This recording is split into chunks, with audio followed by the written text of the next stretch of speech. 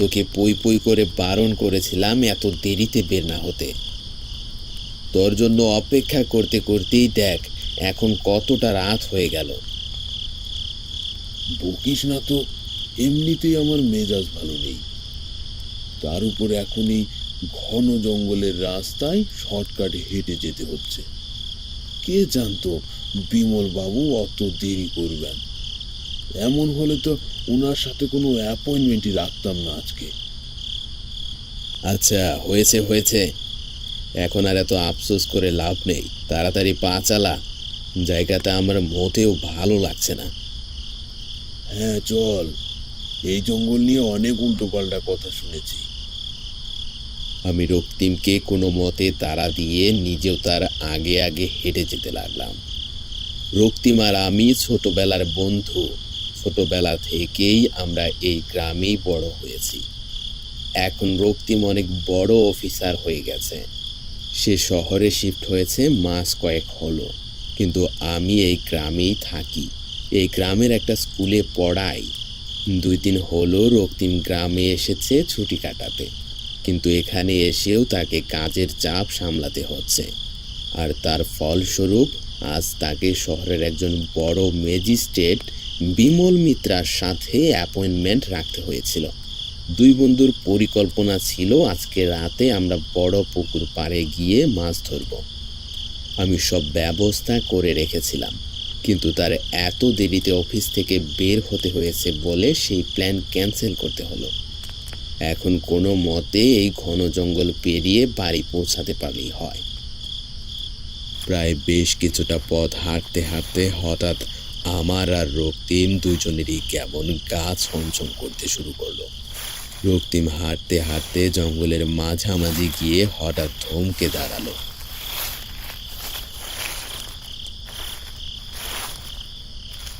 কিরে, দাঁড়িয়ে গেলি কেন?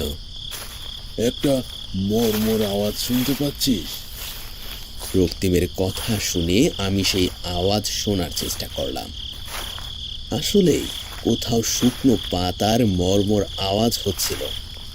হঠাৎ আমার খেয়াল হলো এত ঘন জঙ্গলে কোনো হিংস্র পশু আক্রমণ না করে বসে।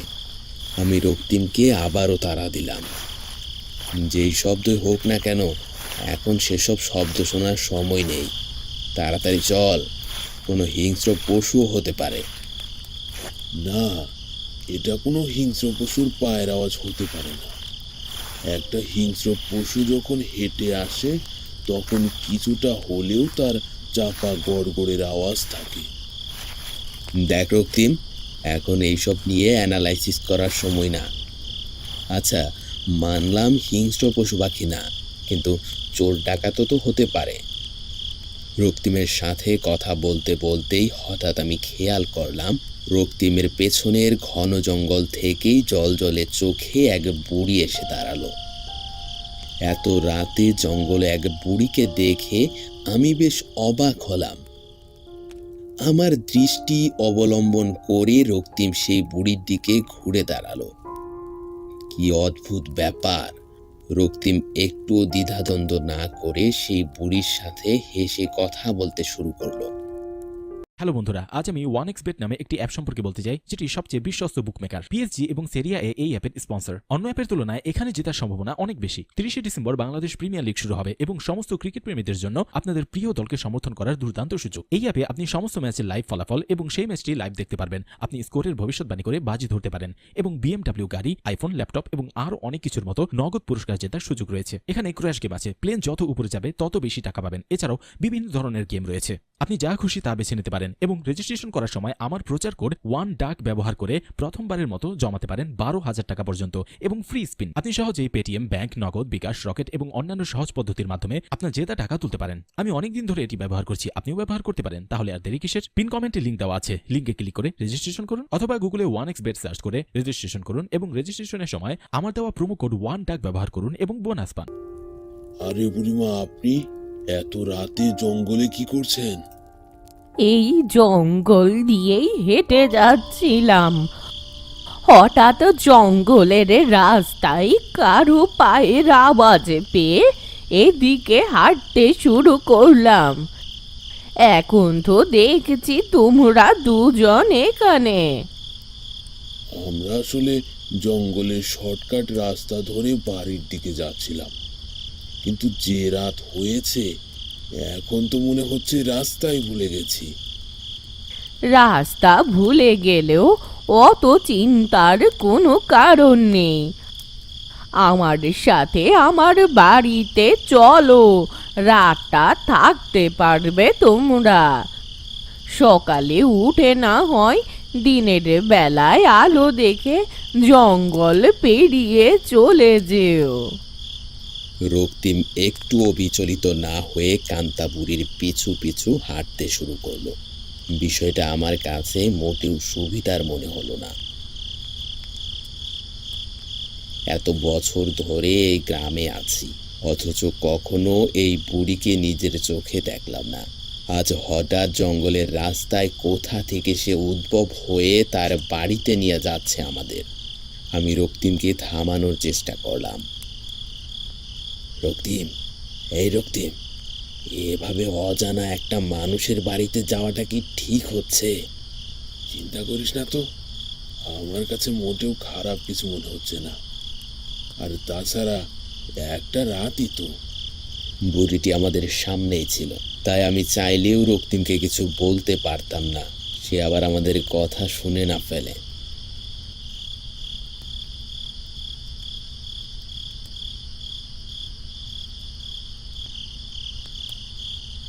বুড়িটিকে অনুসরণ করতে করতে আমরা আরো গভীর জঙ্গলের ভেতর ঢুকে গেলাম। হঠাৎ মনে হলো জঙ্গলের আশেপাশের কুয়াশা ঘন থেকে আরো ঘন হলো। আমি আবারও রক্তিমের কাঁধে হাত রেখে তাকে দাঁড় করালাম। রক্তিম, এখন কিন্তু আসলেই বিষয়টা অস্বাভাবিক লাগছে। আর দেখ, ওই বুড়ি কোথায় চলে গেছে, তাকে তো খুঁজেও পাওয়া যাচ্ছে না। আরে হ্যাঁ, তাই তো। এতক্ষণ তো মহিলাটি আমাদের সামনেই ছিল, রাতারাতি কোথায় হারিয়ে গেল? এখন তো আশেপাশের কোনো রাস্তাও বুঝতে পারছি না।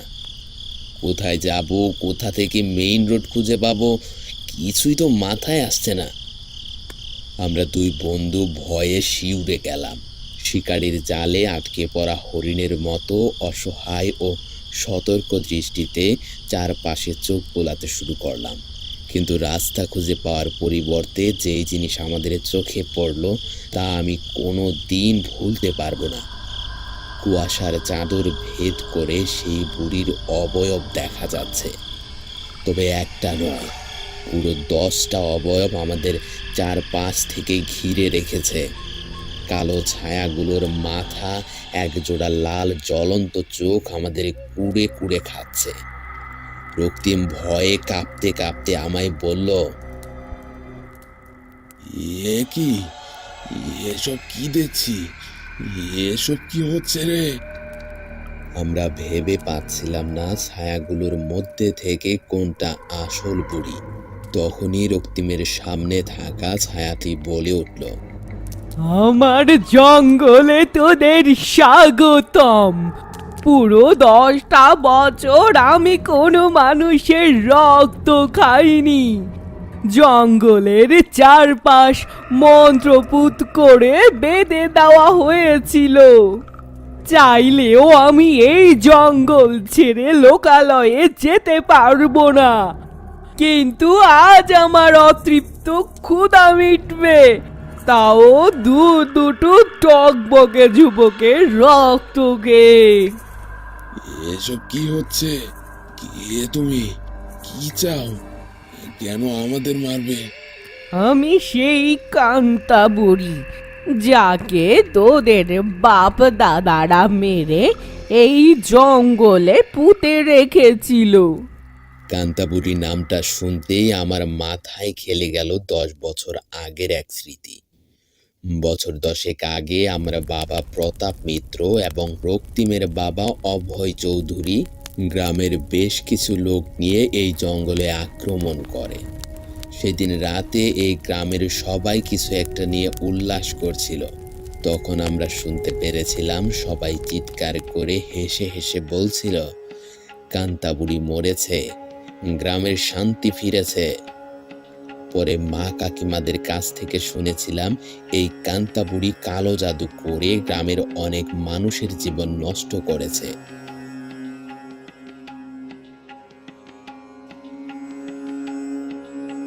আর প্রতি অমাবস্যা রাতে সে গ্রামের একটা যুবককে বলি দিয়ে রক্ত পান করত, যেন শয়তান তাকে অনেক বেশি শক্তিধর বানায়। আমরা ভেবেছিলাম কান্তাবুড়ির উৎপাত চিরকালের মতো শেষ হয়ে গেছে, কিন্তু আজ নিজের চোখে যা দেখছি তাতে বোঝাই যাচ্ছে এই জঙ্গল মৃত্যুর ফাঁদ ছাড়া আর কিছু না। কান্তাবুড়িকে মেরে তার শক্তি আরো 10 গুণ করে দিয়েছেন আমাদের পূর্বপুরুষেরা। আমি চারপাশে আবারও ভালো করে তাকিয়ে দেখলাম কোনোভাবে সেখান থেকে পালানো যায় কিনা, কিন্তু পালানোর মতো একটা চিটো ফোঁটাও খুঁজে পেলাম না। রক্তিমের সামনে দাঁড়িয়ে থাকা কান্তাবুড়ির ছায়াটি ধীরে ধীরে রক্তিমের দিকে এগিয়ে গেল। সে হাত লম্বা করে রক্তিমের গলা চেপে ধরল এবং তাকে শূন্যে উঠিয়ে দিল।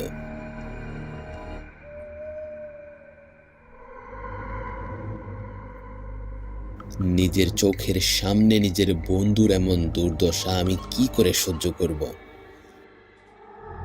আমি প্রাণপণে চিৎকার করতে শুরু করলাম, কান্তাবুড়ি, কান্তাবুড়ি, ওকে ছেড়ে দাও। ওর বা আমার কারোরই তো কোনো দোষ নেই। যারা তোমার ক্ষতি করেছিল তারা তো অনেক আগেই মারা গেছে। কেন তুমি তাদের প্রতিশোধ তাদের পরবর্তী প্রজন্মের উপর নিতে চাচ্ছ? তাদের পাইনি বলেই তো তাদের রক্তের সম্পর্কের মানুষদের দিয়ে আমার পিপাসা মেটাবো। আগে তোর বন্ধুকে শেষ করি, তারপর তোর পালা। ভাবিস না এখান থেকে পালাতে পারবি, পালানোর কোনো পথ নেই। আমি নিজের চোখে দেখতে পেলাম রক্তিমের গলায় অদৃশ্য কাটা দাগ পড়তে শুরু করেছে। তার মানে কান্তাবুড়ি তার অদৃশ্য মায়া জাদু দিয়ে রক্তিমের গলা কেটে ফেলেছে। আমি আর কিছুই ভাবতে পারছিলাম না, সবকিছু ঘুরপাক খাচ্ছিল। আমার শরীর দুর্বল হয়ে আমি হঠাৎ মাটিতে পড়ে গেলাম। ঠিক তখনই আমার মনে হলো আমার হাতের নিচে ধাতব পদার্থের মতো কিছু একটা স্পর্শ করেছে। অন্ধকারে ঠিক বুঝতে না পারলেও হাতের স্পর্শে আমার মনে হলো এটা কোনো মন্ত্রপুত তাবিজ। আমি আর দ্বিতীয় কোনো চিন্তা না করে সেটা তুলে নিয়ে রক্তিমের সামনে থাকা কান্তাবুড়ির দিকে ছুঁড়ে দিতেই সেটি চিৎকার করে কোথায় যেন মিলিয়ে গেল এবং আশেপাশের সেই 9টা ছায়াও তার সাথে মিলিয়ে গেল। রক্তিম ধপাস করে মাটিতে পড়ে গেল। আমি দ্রুত তার মাথাটি আমার কোলে নিয়ে বললাম,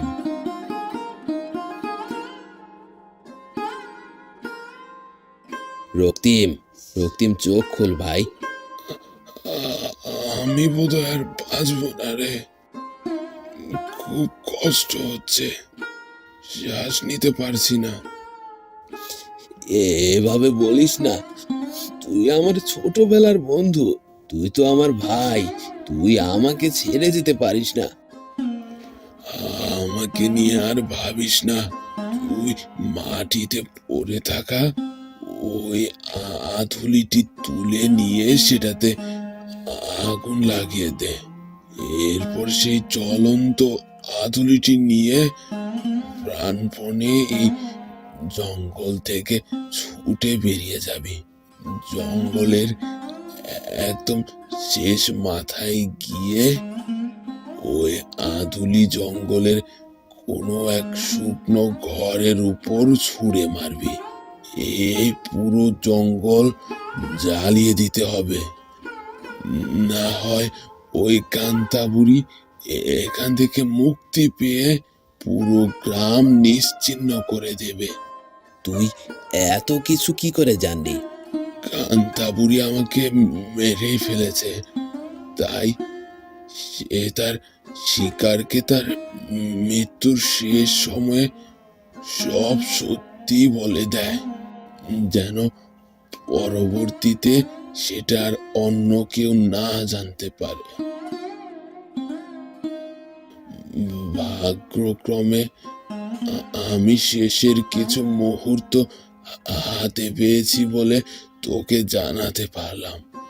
ভালো থাকিস ভাই, ভালো থাকিস ভাই। কথাগুলো বলেই আমার বন্ধু রক্তিম সারা জীবনের জন্য চোখ বুজে ফেলল। আমার দু চোখের কান্না যেন বাঁধ মানছিল না, কিন্তু আমার হাতেও সময় কম ছিল। আমার বন্ধুকে আমি এই শয়তান কান্তাবুড়ির জন্য হারিয়েছি। এখন আমি তার হাতে আমার পুরো গ্রামকে নিশ্চিহ্ন হতে দিতে পারি না।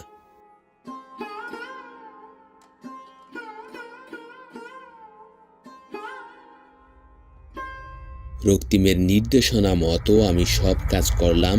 এরপর একদম জঙ্গলের শেষ মাথায় গিয়ে জঙ্গলের দিকে সেই জ্বলন্ত আধুলিটি ছুঁড়ে মারলাম।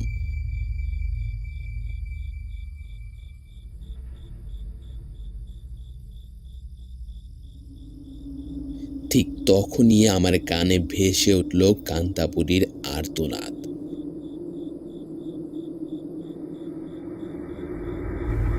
দেখতে দেখতে পুরো জঙ্গল পুড়ে ছারখার হয়ে গেল। কান্তাবুড়ির সাথে সাথে কান্তাবুড়ির এই জঙ্গল এবং আমার বন্ধু রক্তিমও নিশ্চিহ্ন হয়ে গেল। এক ভগ্ন হৃদয় নিয়ে আমি ফিরে গেলাম আমার বাড়িতে। মৃত্যুর আগ পর্যন্ত এই কুৎসিত রাত আমার স্মরণে থাকবে।